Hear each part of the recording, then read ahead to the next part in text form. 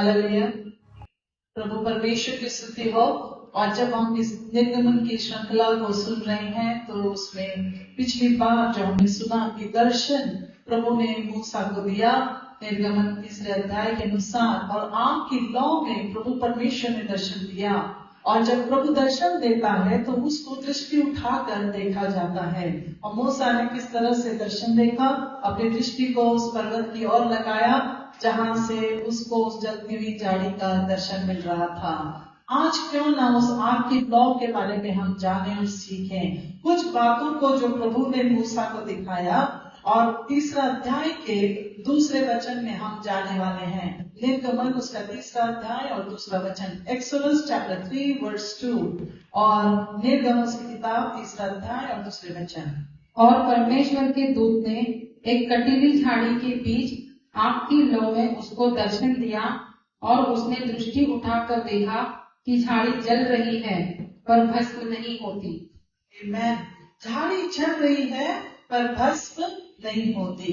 यदि हम देखें कि प्रभु ने अग्नि में ही क्यों दर्शन दिया, क्योंकि यदि हम मूसा की लिखी हुई कुछ किताबें, जो 5 किताबें उत्पत्ति से लेकर के उत्पत्ति, निर्गमन, व्यवस्था, गिनती, व्यवस्था, विवरण, 5 किताबों को जिसे पेंटियॉक भी कहा जाता है, इन पुस्तकों को अगर हम पढ़ें और देखें तो किस तरह से सृष्टि निर्माण करने से पहले से जो बातें थी उसे मूसा को दर्शन में कैसे दिखाया और किस तरह से उस मूसा ने इन बातों को लिखा। और आज जो है वो परमेश्वर उसमें से ही बात क्यों करता है, उसे देखने के लिए, उसे पढ़ने के लिए कि आग की लौ में प्रभु ने दर्शन दिया मूसा को जब वो वहां पर नीचे बड़े बकरियों को चला रहा था। व्यवस्था विवरण उसका 4 अध्याय और 24 वचन को यदि हम देखें, ड्यूटेरोनॉमी चैप्टर 4 वर्स 24, अनुवाद याचा 4 अध्याय 24 वचन। क्योंकि तुम्हारा परमेश्वर यहोवा भस्म करने वाली आग है, वह जल उठाने वाला ईश्वर है। बस बस बस बस, परमेश्वर यहोवा यह आग है और जो जलती हुई आग की तरह है। आमीन, हालेलुया। और जब प्रभु परमेश्वर ने जब मूसा को दर्शन दिया आग की लौ में, क्यों? क्योंकि वो खुद अग्नि है। हालेलुया। और वो अग्नि ऐसी अग्नि है जो जलती जरूर है लेकिन हमें भस्म नहीं करती। वो हम में वो बुझी हुई आग को जलाती है जो हम में जलनी चाहिए। आमीन, हालेलुया। और पिछली बार हमने कई बातों को इसमें से देखा, लेकिन आज एक नई रीति से परमेश्वर के वचन से हम देखने वाले हैं। और व्यवस्था विवरण का 4 अध्याय 24 वचन को जो हमने पढ़ा कि परमेश्वर की आग है और जलती हुई आग की तरह है। आमीन। और परमेश्वर ये अग्नि के समान है, और अग्नि एक परमेश्वर के दर्शन को जो परमेश्वर के चुने हुए मूसा को देखने को मिली, वो अग्नि को और अधिकाई से अगर हम जानने की कोशिश करें तो अग्नि में एक दर्शन होता है। अग्नि एक असाधारण है, अग्नि एक असाधारण बात है।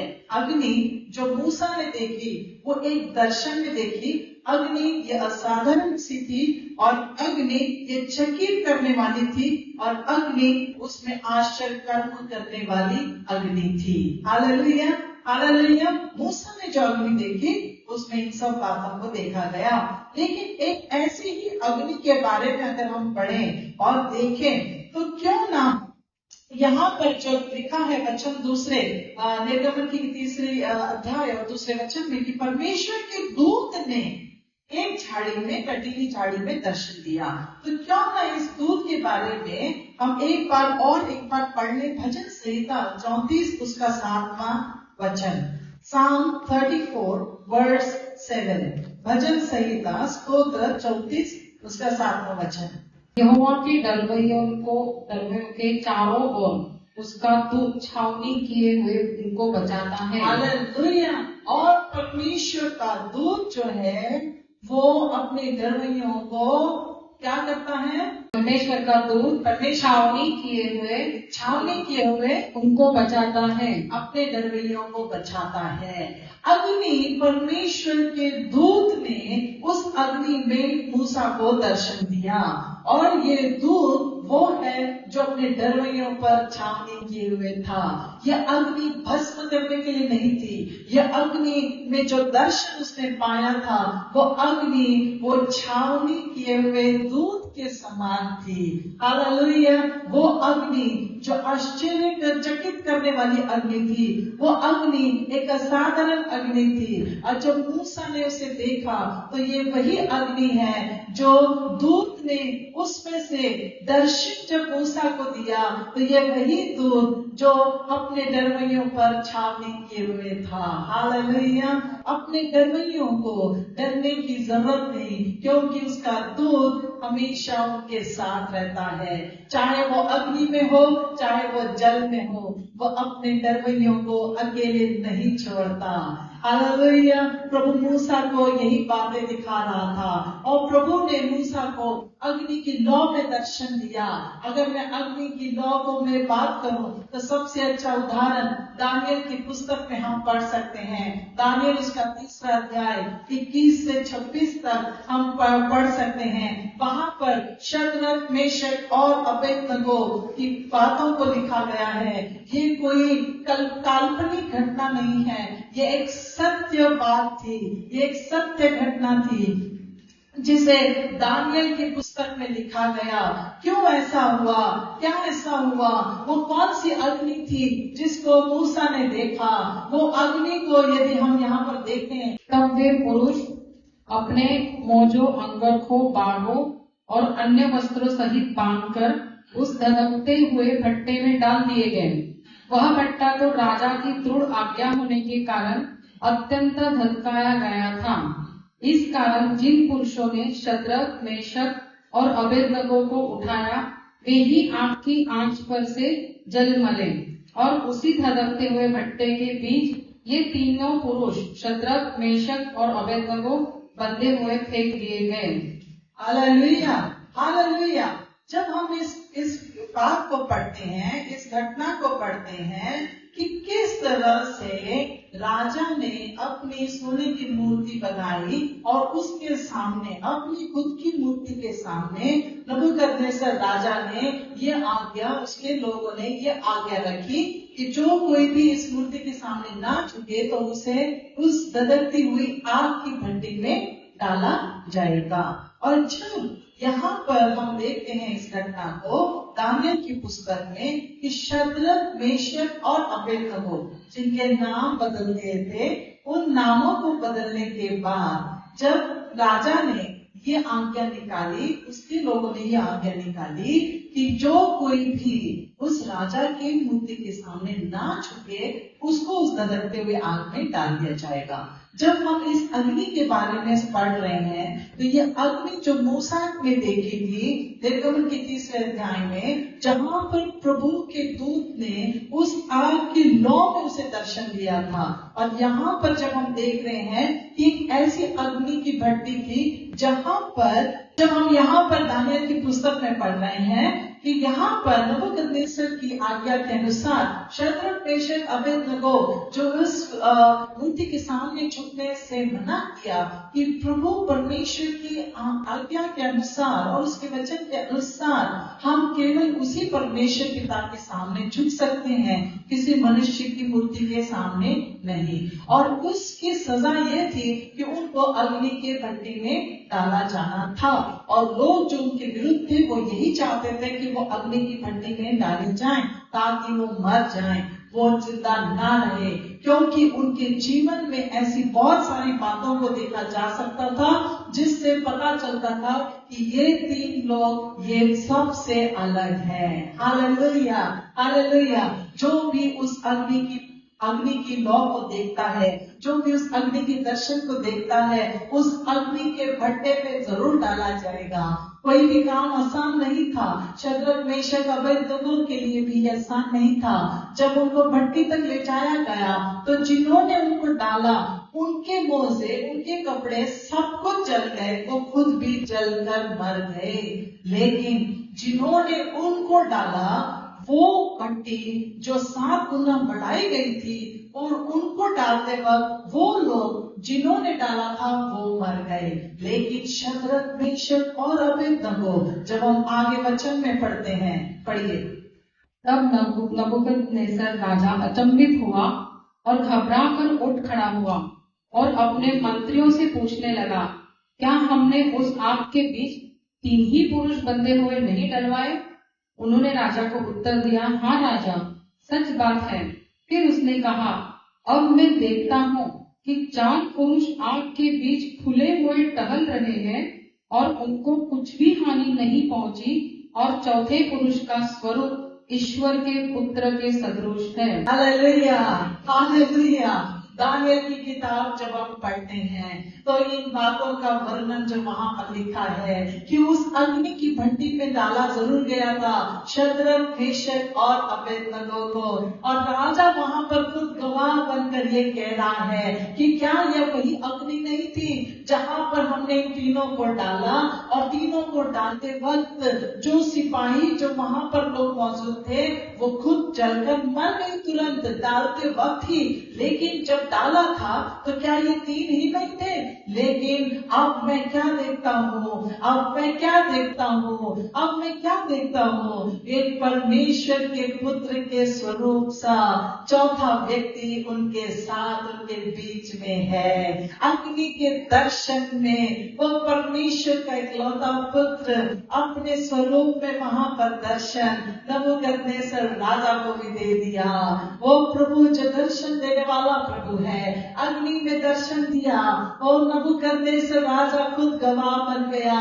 डालते वक्त तो 3 थे, लेकिन अब मैं क्या देखता हूँ कि उस अग्नि के अंदर 4 जन दिखते हैं, और चौथे पुरुष का स्वरूप जो है परमेश्वर के पुत्र का स्वरूप दिखाई देता है।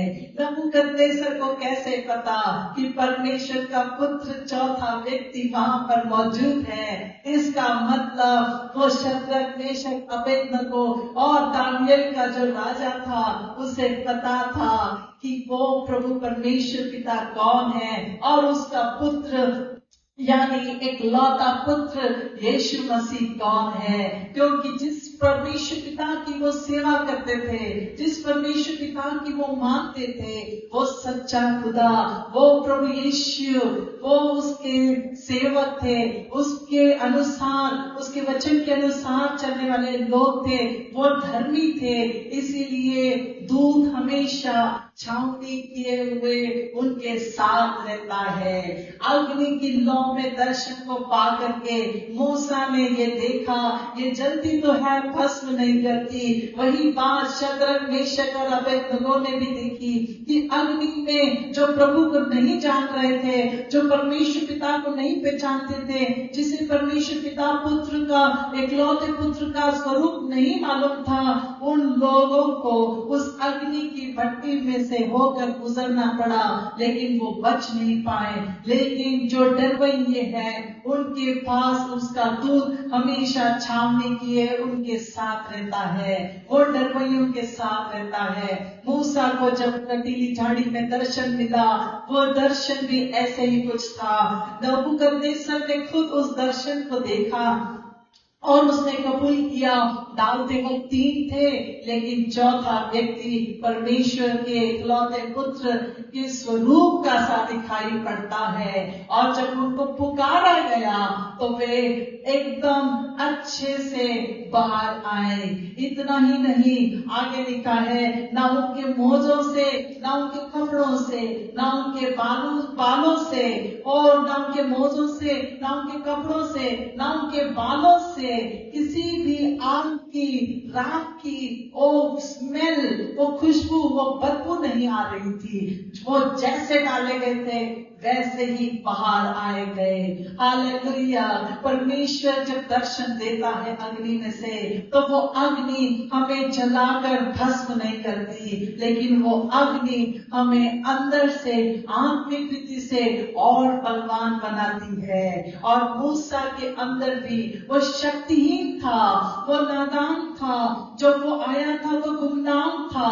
वो जो भेड़ बकरियों को चराने वाला जो मूसा एक राजकुमार था, वो एक गुमनाम व्यक्ति की तरह उस विद्यान में आया था और वो भेड़ बकरियों को चराते चराते तन्हा हालत में कमजोरी और कठिनाइयों के साथ उस परमेश्वर पिता के पर्वत के पास आया, जहां पर उसे आग की लौ में दर्शन मिला। ये वही परमेश्वर पिता है जिसने उस सृष्टि को निर्माण किया। और जब उसने कहा, के दूसरे वचन में लिखा है, और परमेश्वर के दूत ने एक कटीली झाड़ी के बीच आग की लौ में उसको दर्शन दिया और उसने दृष्टि उठाकर देखा कि झाड़ी जल रही है पर भस्म नहीं होती। आगे पढ़िए। तब मूसा ने कहा, मैं उधर जाकर इस बड़े आश्चर्य को देखूंगा कि वह झाड़ी क्यों नहीं जल जाती। जी, पढ़ते रहिए। जब यहोवा ने देखा कि मूसा देखने को मुड़ा चला आता है, तब परमेश्वर ने झाड़ी के बीच से उसको पुकारा, हे मूसा, हे मूसा। मूसा ने कहा, क्या आज्ञा? उसने कहा, इधर पास मत आ और अपने पांव से जूतियों को उतार दे, क्योंकि जिस स्थान पर तू खड़ा है वह पवित्र भूमि है। आमीन, हालेलुया। अग्नि में दर्शन को देखा। ये दर्शन अग्नि का साधारण था। जब मूसा मुड़ा आया तब उसने उस दर्शन को देखते वक्त ये दिखाया कि मैं उत्साहित हूँ उस अग्नि को देखने के लिए। आज कुछ बातों को हमारे जीवन में होते हुए हम देख रहे होंगे, कठिनाइयों का सामना करते होंगे, तन्हा होंगे, गुमनाम होंगे, नाम आपका कोई नहीं जानता होगा, लेकिन आज आपको उत्तेजन देना है कि आप जब परमेश्वर की ओर मुड़ते हो उस अग्नि को देखने के लिए, तो प्रभु आपके साथ उस दर्शन में बात करता है। वो आपको अकेला नहीं छोड़ता। और उस अग्नि में क्या होता है? उस अग्नि में बंधन खुलते हैं। वो वैसे ही बंधन जब शद्रक, मेशक, अबेदनगो को डाला गया तो लिखा है कि उनके हाथों को बांधा गया था ताकि वो बंधन ना खोल सके, लेकिन यहाँ पर अग्नि जो है वो बंधन को खोलती है। अग्नि में जलते जरूर हैं परंतु भस्म नहीं होते। अग्नि परमेश्वर की उपस्थिति को दर्शाती है। Hallelujah, hallelujah. अब यहाँ पर आगे वचन को जब हम पढ़ रहे हैं कि फिर उसने कहा, छठे वचन में, फिर उसने कहा, मैं तेरे पिता का परमेश्वर और अब्राहम का परमेश्वर, इसहाक का परमेश्वर और याकूब का परमेश्वर हूँ। तब मूसा ने जो परमेश्वर की ओर देखने से डरता था अपना मुंह ढांप लिया। बस आज की इसी वचन के ऊपर हम बात करने वाले हैं। इसी एक वचन को हम देखने वाले हैं। और फिर उसने कहा, किसने? उस परमेश्वर पिता ने, उस दूत ने, उस अग्नि में रहने वाले उस एकलौते पुत्र ने, हालेलुया, दर्शन में कहा कि क्या कहा? कि मैं तेरे पिता का परमेश्वर हूँ। आप पहले जब हमने पढ़ा तो वहां पर दूत लिखा था। जब यहाँ पर हम पढ़ रहे हैं कि मैं तेरे पिता का परमेश्वर और अब्राहम का परमेश्वर, इसहाक का परमेश्वर और याकूब का परमेश्वर हूँ। मूसा को क्यों कहा कि मैं तेरे पिता का परमेश्वर? यानी प्रभु परमेश्वर जानता था कि अम्राम कौन है। प्रभु परमेश्वर जानता था कि ये अम्राम का पुत्र मूसा है जिसे जल से निकाला गया। अब जल का तो बपतिस्मा इसका हो गया होगा, लेकिन अब प्रभु चाहता था कि ये अग्नि को भी देखे, अग्नि में बपतिस्मा हो। इसीलिए यूहन्ना बपतिस्मा दाता ने कहा, और उस वचन को जब हम लूक उसके 30वें अध्याय और 16 वचन को जब हम देखते हैं तो यूहन्ना ने कहा, जो मेरे पीछे जो आता है, यानी यूहन्ना जो पानी से जल से बपतिस्मा देता था, उसने जब यीशु को अपने पास आते देखा तो उसने कहा कि जो भी मेरे पीछे से आता है वह अग्नि से बपतिस्मा देगा। हालेलुया। अग्नि ये महत्वपूर्ण है। अग्नि हर एक के जीवन में महत्वपूर्ण है। अग्नि के बिना हम परमेश्वर के राज्य में प्रवेश नहीं कर सकते। आपने सोचा होगा आपका जल में डूबकर बपतिस्मा हो चुका है, लेकिन यह अग्नि का बपतिस्मा होना जरूरी है। इस अग्नि के बपतिस्मे को पाने के लिए उस अग्नि के पास आना जरूरी है, जो कहता है कि मैं तेरे पिता का परमेश्वर, मैं अब्राहम, इसहाक और याकूब का परमेश्वर हूँ। ये परमेश्वर इतना अच्छा और भला है, इतना जेंटलमैन है कि वो कभी किसी के ऊपर जबरदस्ती नहीं करता। वो अपने आप को इंट्रोड्यूस कर रहा है, वो अपने आप के बारे में उस मूसा को बता रहा है कि मैं जो बात कर रहा हूँ वो कौन है, क्योंकि मूसा ने उसकी वचन को सुना था, इसीलिए उसने उसकी वाणी को भी पहचान लिया। पिछली श्रृंखलाओं में आप सुन सकते हो किस तरह से, और आज मूसा को परमेश्वर ने उसका नाम लेकर जब पुकारा तो अपना इंट्रोडक्शन देकर ये भी कहा कि मैं तेरे पिता अब्राहम का नाम नहीं लिखा, लेकिन मैं तेरे पिता का परमेश्वर, अब्राहम का परमेश्वर, इसहाक और याकूब का परमेश्वर हूँ। इसका मतलब क्या है? क्या अब्राहम जिंदा था? क्या अब्राहम जीवित है? इसहाक जीवित है? भले ही शरीर में ये मर चुके थे। याकूब के 12 पुत्रों में से और जो वंश निकला था वो अब लाखों तक पहुंच गया था। मिस्र का आधा साम्राज्य इन लोगों से भर गया था, जो परमेश्वर का चुना हुआ वंश थे, और ये इब्री लोग कहलाते थे। अभी तक इस्राएली नहीं कहलाए गए, इब्री लोग थे। और इब्री लोगों के बीच में जब प्रभु परमेश्वर का ये चुना हुआ मूसा जन्म लिया तो परमेश्वर उसके खानदान को जानता था।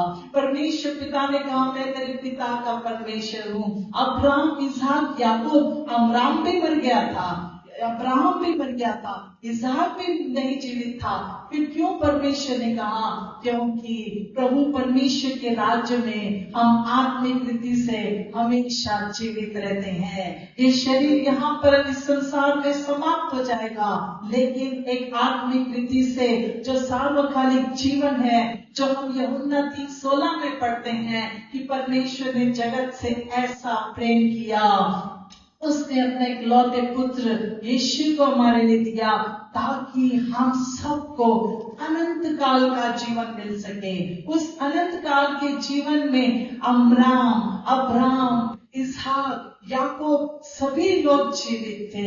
हालेलुया! अब्राहम, इसहाक और याकूब सभी लोग जीवित थे। यहाँ पर उसके वचन को जब हम पढ़ते हैं कि परमेश्वर पिता ने अपना इंट्रोडक्शन अब्राहम से ही दिया। क्यों? क्योंकि अब्राहम के बारे में इस मूसा ने इत्रो से जरूर सुना था। अब्राहम के बारे में मूसा ने इत्रो याजक जो थे उनसे जरूर सुना था। अभी तक पुस्तकें लिखी नहीं गई थी, लेकिन वो शायद मुख से ही एक दूसरे को बताते थे और फेस टू फेस वो प्रभु के वचन को और प्रभु के बारे में सब लोगों को बताते आए थे। इसी तरह से मूसा ने जब इन बातों को सुना, क्यों अब्राहम बोला? क्योंकि आप यदि उत्पत्ति की किताब को पढ़ोगे तो वहां पर उत्पत्ति के 17 अध्याय में लिखा हुआ है कि वहां पर परमेश्वर ने अब्राहम से 17 का पहला वचन देखिए क्या लिखा है। अब्राहम 99 वर्ष का हो गया, तब यहोवा ने उसको दर्शन देकर कहा, मैं सर्वशक्तिमान ईश्वर हूँ, मेरी उपस्थिति में चल और सिद्ध होता जा। बस हालेलुया, हालेलुया। क्यों अब्राहम का नाम दिया? क्योंकि मूसा ने कहीं ना कहीं, कभी न कभी, हमेशा अपने ससुर यित्रो के द्वारा अब्राहम अपने पिता का पिता, विश्वास का पिता अब्राहम के बारे में जरूर सुना होगा। और अब्राहम जब 99 वर्ष का था तब परमेश्वर उसके पास आया और कहा मैं सर्वशक्तिमान, यहाँ पर इब्रू भाषा में एल शदाई इस नाम को पहली बार या उत्पत्ति 17 के पहले वचन में हम देख सकते हैं। एल शदाई ये नाम, मैं सर्वशक्तिमान परमेश्वर हूँ, मेरी उपस्थिति में छल और सिद्ध होता था। और प्रभु ने अब्राहम को 99 एज में, एट द एज ऑफ 99 में इस बात को कहा कि मैं तेरा सर्वशक्तिमान परमेश्वर हूँ। उससे पहले इस्माइल का जन्म हो चुका था, अभी तक इसहाक का जन्म नहीं हुआ था। और परमेश्वर पिता ने जब अब्राहम से बात की तब कहा मैं सर्वशक्तिमान परमेश्वर हूँ और मेरी उपस्थिति में चल और स्थित होता जा। वहां से आगे यदि आप पढ़ोगे तो परमेश्वर ने किस तरह से उसे तारागण दिखाए, किस तरह बादलों के किनके दिखाए, किस तरह से उसको वंश देने का और नाम दिया कि तेरे एक खुद पुत्र होगा। और परमेश्वर पिता ने उसका नाम भी बताया कि उसका नाम इसहाक रखना।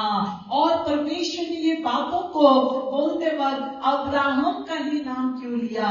वो इसलिए ताकि मूसा ये जाने कि 99 एज में 99 वर्ष के अब्राहम को यदि मैं आशीष दे सकता हूँ तो तू तो सिर्फ 80 साल का है, तो तुझे क्यों मैं आशीष नहीं दूंगा, क्यों तेरा इस्तेमाल नहीं करूंगा?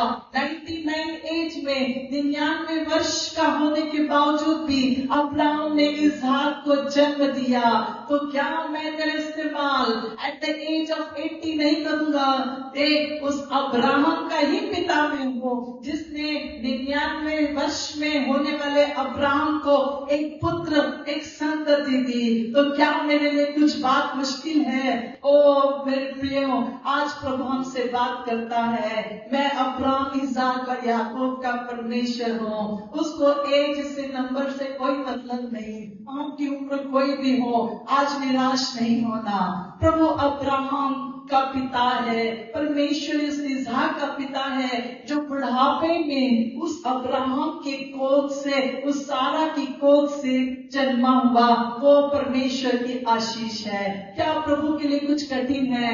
यही बात प्रभु मूसा को बताना चाहता था कि मैं अगर अब्राहम, इसहाक और याकूब का परमेश्वर हूँ तो वही तेरा भी परमेश्वर हूँ। मेरे लिए कोई बात कठिन नहीं। अपने आप को तू कमजोर समझता होगा, तू अपने आप को कठिन परिस्थिति से आया हुआ एक गुमनाम व्यक्ति समझता होगा, लेकिन प्रभु परमेश्वर पिता अपना इंट्रोडक्शन इसलिए दे रहा था ताकि वो मूसा को अपने नाम में ही उत्तेजित कर सकता था। और कोई दूसरा नाम नहीं है जो हमें उत्तेजन दे सके, और कोई दूसरा नाम नहीं है जो हमारे डिस्करेजमेंट में हमको एनकरेज कर सके, जो हमें निराशा में आशा दे सकता था। वो एक ही नाम था जो परमेश्वर पिता अब्राहम, इसहाक और याकूब का परमेश्वर था। वो सर्वशक्तिमान परमेश्वर का नाम है जो आज भी हमारे साथ है, और उस नाम में वो ताकत है, उस नाम में वो सामर्थ्य है। और वही नाम परमेश्वर बताना चाहता था कि मेरे लिए कुछ भी कठिन नहीं, तू मुझ पर भरोसा करता है। एक उम्र में आने के बाद मूसा ने शायद वो सारी आशाएं छोड़ दी होंगी, वापस से मिस्र में जाने की, वापस से अपनी माता को या अपने भाई को या अपनी बहन को उनके बारे में जानने की।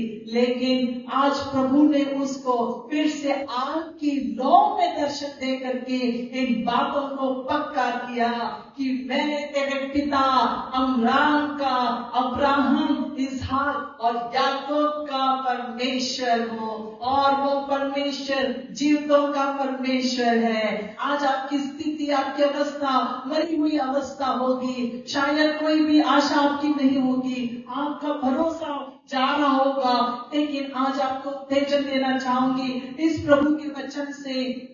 ये कोई काल्पनिक किस्सा या कहानी नहीं है, ये सत्य घटना है, ये सत्य बात है। आज भी जब यदि आप जाओ इसराइल में, आप इन सब बातों को, आप होरेब पर्वत को भी देख सकते हो, वो शायद अरब कंट्री में आता है, लेकिन जब इस जलती हुई झाड़ी का दर्शन इस मूसा ने किया, वो जगह जो बंजर थी, जहाँ कुछ नहीं उगता, वो जगह एकदम मायूस करने वाली जगह थी, लेकिन परमेश्वर हमारी जगहों को देखकर हमें आशीषित नहीं करता, पर उन जगहों में जहाँ पर बहुत ही दुख है, और आप परेशान हैं, निराशा में है, वो वहां पर ही आकर के प्रभु आपसे बात करेगा और वहीं पर आपको दर्शन में कहेगा कि मैं तुझे अकेला अनाथ नहीं छोड़ूंगा, मैं अब्राहम इसहाक याकूब का परमेश्वर, मैं तेरा ही परमेश्वर हूँ। Hallelujah, hallelujah. और परमेश्वर यहाँ पर उस मूसा से बात कर रहा था। मूसा एक जमाने में बहुत बड़ा राजकुमार रहा होगा, एक जमाने में एक हत्यारा था, उसने बड़ी हिम्मत की थी, इसीलिए किसी को मार दिया था। लेकिन अब 40 साल और मिद्यान में बिताने के बाद उसकी सारी जो भी उसकी एटीट्यूड था, एकड़ी थी, उसकी जो भी अपने आप पर घमंड था, उसकी ताकत पर, उसकी लड़ाई करने के तरीके पर शायद उसको होगा, क्योंकि वो एक राजकुमार था, वो ये सारी विद्याओं को मिस्र में एक महल में ले चुका था। तो मुझे नहीं लगता कि उसके जैसा कोई अच्छा योद्धा होगा, उसको सारी वो बातों का ज्ञान था। लेकिन इस 40 साल में इन सारी बातों का कोई मतलब नहीं था। जब वो शून्य हो गया, तब परमेश्वर ने उसे आग की लौ में दर्शन दिया। हालेलुया। प्रभु परमेश्वर आज हमसे बात करता है। आज हमें शून्य होने की जरूरत है, तभी हम उस आग की अग्नि को देख सकेंगे। किस बात का घमंड करते हैं? जीविका का घमंड नहीं करना है। तो प्रभु परमेश्वर का वचन कहता है, हम अपनी तरफ से खुद एक सांस भी नहीं ले सकते, एक सेकंड के लिए भी हम खुद होकर के जीवित नहीं रह सकते। और आज प्रभु परमेश्वर हमें यही कहता है कि मैं तुम्हारा परमेश्वर हूँ, और वो परमेश्वर आग है। इब्रानियों उसका 12 अध्याय और 29 वचन को यदि हम पढ़ें, इब्रानियों हिब्रू चैप्टर 12 वर्स 29, इब्रानियों उसका 12 अध्याय 29 वचन को हम पढ़ें। क्योंकि हमारा परमेश्वर भस्म करने वाली आग है। क्योंकि हमारा परमेश्वर एक भस्म करने वाली आग है। ये आग ऐसी कौन सी आग थी जो भस्म कर सकती है? ये वो आग है जो हमारी बुरी बातों को, हमारी बुरी नियतों को, हमारे बुरे विचारों को, हमारी जो गंदी बातें हैं उनको, और उस शैतान की हर एक ताकतों को भस्म करने वाली है। लेकिन ये आग क्या खुद होकर के भस्म करेगी? उस आग को पाना है, उस अग्नि को ही पाना है। वो अग्नि जो वो अग्नि को पाना है, जो अग्नि हम नया नियम में पढ़ते हैं, वो अग्नि जो उसके चेहरों पर उतर कर आई। और उसने क्या कहा? एक्ट्स चैप्टर 1 वर्स 8 को जब हम पढ़ते हैं, प्रेरितों के काम उसका 1 अध्याय और 8वें वचन को जब हम पढ़ते हैं, परंतु जब पवित्र आत्मा तुम पर आएगा, परंतु जब पवित्र आत्मा तुम पर आएगा, तब तुम सामर्थ्य पाओगे, तब तुम सामर्थ्य पाओगे। और यरूशलेम और सारे यहूदिया और सारे सामरिया में पृथ्वी की छोर तक मेरे गवाह होंगे। हालेलुया। पृथ्वी की छोर तक उस प्रभु यीशु के, उस परमेश्वर पिता के, जिसको आपने दर्शन में पाया है, उसके आप गवाह होंगे। आमेन। ये वो आग है जो हमें जलाती है लेकिन भस्म नहीं करती। लेकिन कौन सी बातों को वो भस्म करना चाहती है? जो वो नहीं चाहता हमारे जीवन में रहे, उन सारी बातों को। लेकिन उस अग्नि को जब प्रेरितों के काम उसके 2 अध्याय में हम पढ़ते हैं कि वो पेंतिकोस्त का दिन जब आया, उसके 3 वचन को जब हम पढ़ते हैं और 2 और 3 वचन को, जब सभी वहां पर इकट्ठा थे, तो एक आकाश से बड़ी आंधी की सी सनसनाहट का शब्द हुआ, और उससे सारा घर जहां वे बैठे थे गूंज गया, और उन्हें आग की सी जीभें फटती हुई दिखाई दी, और उनमें से हर एक पर आग ठहरी, और वे सब पवित्र आत्मा से भर गए। हालेलुया। और जिस प्रकार आत्मा ने उन्हें बोलने की सामर्थ दी, वे अन्य अन्य भाषा में बोलने लगे। जब वो अग्नि में दर्शन देता है और अग्नि की लौ में हमको हमारे साथ बात करता है, और वो लौ है जो पवित्र आत्मा की अग्नि है। वो पवित्र आत्मा की अग्नि को लेकर के आज उस पिता ने हमसे वादा किया है कि मैं तेरा परमेश्वर हूँ। मैं अब्राहम इसहाक का भी परमेश्वर, वही परमेश्वर याद दिला रहा है कि तेरे पिता का, अब्राहम इसहाक याकूब का, और अब ये चेलों को भी बता रहा है, तब तक नहीं जाना जब तक तुम्हें सामर्थ ना मिले। ये अग्नि अभी की अग्नि नहीं है, ये अग्नि 2000 साल पहले प्रभु यीशु आकर के गया और वो पवित्र आत्मा की अग्नि के लिए ठहरे वो कहा। क्यों? क्योंकि वो जानता है आदि और अंत, अल्फा और ओमेगा, जो बिगिनिंग एंड द एंड है, वही वो अग्नि है, वही वो अग्नि है, वही वो अग्नि है। और वो जानता था कि मूसा को भी इसकी जरूरत पड़ी, और वो जानता है कि चेलों को भी उसकी जरूरत पड़ी, और वो जानता है कि हमको भी उस अग्नि की जरूरत है। हालेलुया! क्योंकि वो अग्नि से हमें सामर्थ मिलती है, और वो परमेश्वर जो हमारा भी परमेश्वर है, आज अपना नाम भी इसमें जोड़ लेना कि वो आपका भी परमेश्वर है। वो हमसे वादा करता है कि अगर अब्राहम को दिया, इसहाक को भी दिया, याकूब को भी दिया, और इतना बड़ा वंश हुआ, तो क्या मैं तेरे साथ नहीं रहूंगा? क्या आपका नाम लेकर के प्रभु आज आपसे वादा नहीं करता कि हे मेरे बेटे, हे मेरी बेटी, तेरा नाम लेकर मैं तुझे जानता हूँ, तेरे नाम से मैं तुझे जानता हूँ, मैं वही परमेश्वर पिता हूँ। और वो हमसे इस दर्शन में बात करता है, और इसीलिए यूहन्ना बपतिस्मादाता ने पहचान लिया क्या कि जो मेरे बाद आता है वो अग्नि से बपतिस्मा देने वाला है। Hallelujah, hallelujah! और इस बात का खुलासा हम क्रिसमस के वक्त के उस संदेश में करने वाले हैं। हालेलुया! और उस प्रभु परमेश्वर के वचन के लिए हम आत्मा की अग्नि से चलाए जाना जरूरी है। उसके बिना हम सामर्थ नहीं पा सकते, और उसी अग्नि में हम सामर्थ के साथ आगे बढ़ सकते हैं। और मूसा का वो अग्नि देखना बहुत जरूरी था, क्योंकि परमेश्वर की योजना एक बहुत बड़ी योजना थी। यदि उस वचन को हम, आखिरी वचन को हम पढ़ें, और निर्गम उसका 3 अध्याय के 6 का एकदम आखिरी वचन को जब हम पढ़ें कि तब मूसा ने जो परमेश्वर की ओर देखने से डरता था, अपना मुंह ढांप लिया। Hallelujah, hallelujah! तब मूसा ने, क्यों? जो परमेश्वर की ओर देखने से डर रहा था। क्यों? कब डरा? जब वो नीचे से अग्नि को देख रहा था, क्या तब वो डर रहा था? तब उसमें वो उत्तेजना थी, उत्साह था कि मैं जाकर के उस अग्नि को देखूंगा। वो इतना उत्साहित था कि मैं ऊपर पर्वत पर चढ़ जाऊंगा उस अग्नि को देखने के लिए। तब नहीं डरा। ओ जब उसने परमेश्वर के दूत की आवाज को सुना, ओ उस वक्त वो थोड़ा सा डर जरूर गया, लेकिन अपना मुंह नहीं ढांपा था।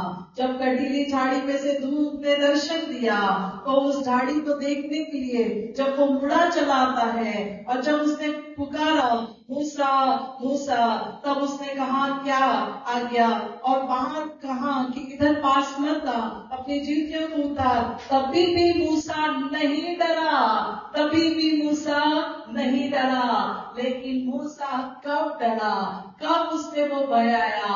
जब परमेश्वर पिता ने कहा, मैं तेरा पिता, मैं अब्राहम इसहाक और याकूब का पिता हूँ। तब मूसा ने, जो परमेश्वर को देखने से डरता था, अपना मुंह ढांप दिया। Hallelujah, hallelujah! एक धर्मी मनुष्य परमेश्वर के भय मानता है और उसमें चलता है। हालेलुया! परमेश्वर का भय मानने वाला मूसा जब तक उस अग्नि को वहां पर देखा तब तक नहीं डरा, लेकिन जब परमेश्वर ने उससे बातें की और परमेश्वर को उसने करीब से देखा और सुना और उस अग्नि में देखा और उसने जब उसकी वाणी को सुना, उसके शब्दों को सुना, तब वो डर गया और अपना मुंह ढांप लिया और परमेश्वर को देखने से वो डर गया। हालेलुया। एक धर्मी जन परमेश्वर के भय में चलने वाला वो परमेश्वर के दर्शन को जरूर पाता है। यदि आप परमेश्वर के भय में चलते रहोगे तो उसके दर्शन को जरूर पाओगे। हालेलुया। और वह वही परमेश्वर है जो हमारे पिता का अब्राहम, इसहाक और याकूब का परमेश्वर है। कितनी पीढ़ियों से आप प्रभु में हो ये प्रभु नहीं जानना चाहता, अब प्रभु जानना चाहता है। क्या तुम धर्मी हो? क्या तुम डरवैये हो? क्या तुम मेरा भय मानने वाले लोग हो? धर्मी यानी कि ये पुस्तक को सिर्फ जानने वाले नहीं, बाइबल को सिर्फ पढ़ने वाले नहीं, लेकिन मेरा भय मानने वाले लोग हो। हालेलुया। और प्रभु परमेश्वर को धन्यवाद हो, उसका भय जो रखता है वो जरूर परमेश्वर के दर्शन को पाता है। हालेलुया। जो उस परमेश्वर का भय रखता है, प्रभु यीशु मसीह ने इस डर को निकालने के लिए इसीलिए कहा कि मैंने तुम्हें डर का नहीं बल्कि सामर्थ का आत्मा दिया है। ओ उस प्रभु यीशु ने हमेशा उत्तेजन दिया कि मैं तुम्हारे साथ हूँ, मैं तुम्हारे साथ हूँ। इसीलिए कई बार हम वचन में सुनते आए हैं और पढ़ते आए हैं कि 365 टाइम्स बाइबल में लिखा है फियर नॉट, डरो मत, डरो मत, डरो मत। हालेलुया। हमें आज किसी भी परिस्थिति से नहीं डरना। आपके घर परिवार में कौन सी परिस्थिति है मैं नहीं जानती, लेकिन प्रभु के भय में चलिए। प्रभु आपकी हर एक परिस्थिति को बदलने वाला, आपका जीवित सर्वशक्तिमान प्रभु आपके साथ एल शदाई बनकर आपके साथ हमेशा छावनी किए हुए हैं। हालेलुया। आइए अपनी जगह पर हम खड़े हो जाएं और उस प्रभु को आज धन्यवाद दें। आप जहां कहीं भी हैं, अपने घरों में होंगे, अपने घुटनों पर आ सकते हैं तो आ जाइए और प्रभु से कहिए, प्रभु तेरे दर्शन को पाने के लिए तेरा भय मेरे जीवन में, मेरे हृदय में आए और उस वचन को मैं पूरे भयभीता से, ओ पूरे हृदय से मानने के लिए तैयार हूँ, क्योंकि तेरा ही वचन है जो मुझे उस भय से दूर करता है, जो शायद इस संसार का भय होगा, जो शायद परिवार का भय होगा, शायद बच्चों को लेकर आप भयभीत होंगे या डरे हुए होंगे। लेकिन मेरे प्रियो, मैं आपको उत्तेजन देना चाहती हूँ कि हमारा प्रभु ये सर्वशक्तिमान प्रभु है, उसके लिए कोई भी बात कठिन नहीं है। जब हम इस प्रार्थना को कर रहे हैं, विश्वास के साथ आप भी प्रार्थना करना शुरू करिए अपने बच्चों के लिए, अपने पति के लिए, अपनी पत्नी के लिए, कि प्रभु आज तू हमारे हर एक परिस्थिति को जानता है, हम तुझे और करीब से जाने ताकि हम तेरे दर्शन को पा सकें। वो अग्नि से बात करने वाला, अग्नि में से होकर बात करने वाला जीवित परमेश्वर है। ओ प्रभु, आज हम दुआ करते हैं, किसी के घर में क्या परिस्थिति है वो तू जानता है, क्योंकि तू हर एक का नाम जानता है। यीशु, आज हर एक जन जो यहाँ पर तेरे डरवैये हैं, जो भय रखते हैं तेरे वचन का और तेरी उपस्थिति का, वो आज यीशु नासरी के नाम से उनको फिर से खड़ा होने के लिए वो प्रभु कहता है कि डरो मत, मैं तुम्हारे साथ हूँ। वो प्रभु परमेश्वर हमें बल देता है, शक्ति देता है और सामर्थ से भरता है। केवल उसका आत्मा है जो आज हमें उसके और करीब लाने के लिए मदद करता है। उस पवित्र आत्मा की चाह में रहिए, उस पवित्र अग्नि की जीवें जो उन चेलों पर उतर कर आई, क्या वो अग्नि आपके लिए नहीं है? वो आपके लिए भी प्रभु यीशु ने कहा है, क्योंकि जब तुम उसे पाओगे तभी तुम सामर्थ को पाओगे। ओ प्रभु यीशु, आज हर एक जन जो यहाँ पर उपस्थित है और जो हमें देख रहे हैं प्रभु, आज वो तेरे इस वचन को कान लगाकर जब सुनते हैं प्रभु, तू उनके हृदयों को देखता है। ओ प्रभु, आज उनकी हर एक परिस्थिति को तू बदल, ताकि वो भी तेरे दर्शन को पा सके और उस अग्नि को पा करके वो उस दर्शन में चले जहाँ पर तू उन्हें ले जाना चाहता है। प्रभु, आज ये दुआ करते हैं कि ये अग्नि जो तू हम पर उंडेली है या उंडेल रहा है, वो अग्नि कभी भी बुझने ना पाए। ये पवित्र आत्मा की अग्नि, ये सुसमाचार की अग्नि कभी भी बुझने ना पाए। प्रभु यीशु, तेरा आना जो निकट है, और उस दूसरे आगमन की तैयारी में हम लगे रहे प्रभु। इस संसार की अभिलाषा और जीविका का घमंड हम ना करें, क्योंकि हम एक सेकंड भी हम नहीं जी सकते खुद के बल से। हमें सिर्फ तेरी सामर्थ की जरूरत है। आज हम यही सब तेरे हाथों में देते प्रभु कि हमें तेरी पवित्र आत्मा की अग्नि में तू चला और अगुवाई कर। हर एक जो बीमार है, यीशु मसीह के नाम से वो आज विश्वास करें कि प्रभु हर एक बीमारी को ठीक करता है, क्योंकि यीशु ने हमारे लिए उस क्रूस पर जान दी और उस लहू के द्वारा और उसके कोड़ों की मार से हमें चंगाई मिलती है। यीशु के नाम से विश्वास के साथ स्वीकार करिए। यदि किसी स्त्रियों के बच्चे नहीं हो रहे, आज अपनी गोद पर हाथ रख के विश्वास से कहिए, प्रभु अब्राहम और इसहाक का पिता तू है, वही परमेश्वर मेरा भी है। क्या तू मेरे लिए ये नहीं करेगा? क्या प्रभु के लिए कुछ असंभव है? नहीं। प्रभु पर विश्वास करिए और पिता और अब्राहम का पिता और इसहाक के पिता और उस परमेश्वर के पास प्रार्थना करना शुरू करिए। विश्वास से उम्र चाहे कुछ भी हो, प्रभु के लिए कुछ भी असंभव नहीं है। यीशु, हम तेरे नाम को धन्यवाद देते हैं। तेरे वचन के द्वारा तूने अगुवाई किया, एक नई रीति से एक नए दर्शन के साथ तूने बात किया, इसलिए धन्यवाद देते हैं। हम तेरे साथ प्रभु विश्वासी रहे। इस साल के अंतिम समय में, अंतिम पड़ाव में हम पहुंच चुके हैं। एक ही महीना यानी 31 डेज बाकी है। इन 31 दिनों में हम अपना आत्म परीक्षण करें कि मुझे प्रभु की आवश्यकता है, मुझे उस अग्नि की आवश्यकता है, और मैं तुझे तेरे भय में चलूंगा और चलूंगी। मेरे परिवार को तेरे भय में चला प्रभु। ये हम प्रार्थना आज से करना शुरू करिए।